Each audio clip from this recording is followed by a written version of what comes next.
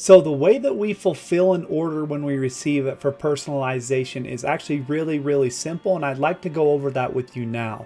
So whenever you receive an order, you just need to go to the orders page here. And now you'll see all of your orders, and this one right here is one that I had a friend of mine place so that I could show you guys how to fulfill these. So you just go ahead and click into the order, and then you'll see here it says personalization request. So this message is what your Etsy customer gave you in that text box that I showed you for instructions on what they want. So it says Adeline's second Christmas 2024. So if you remember right, our print file that we created said Adeline first Christmas 2023, I believe. It might have said 2024, but this is how you do it. All you have to do is click the order, and then you click personalize.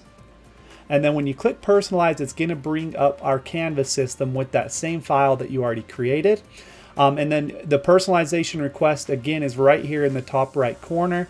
You can move it up and down if you don't want it showing, but this is exactly how they want this done. So we'll go ahead and update this right now.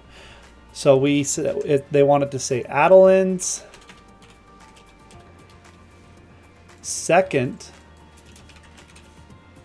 We'll do it all caps just like we had it. Christmas, and then we're going to say 2024. So we did have it as first, but anyways, this is how easy it is to personalize files. So just like that, we're already ready to go. We just double check, make sure everything's spelled right. A lot of people even copy and paste it. That way they know for sure they don't make an error.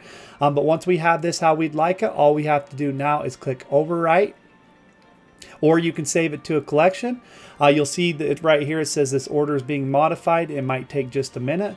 And there you go, just like that. We can go ahead and open the actual print file and make sure that it looks good. So you can see Adeline's second Christmas 2024. And then we'll go ahead and jump back over to the orders page here.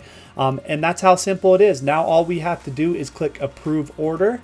And then we click yes, approve order. I'm not going to actually send it in. I'm going to cancel the order as I don't want to get charged for it since I'm just showing you how to do it.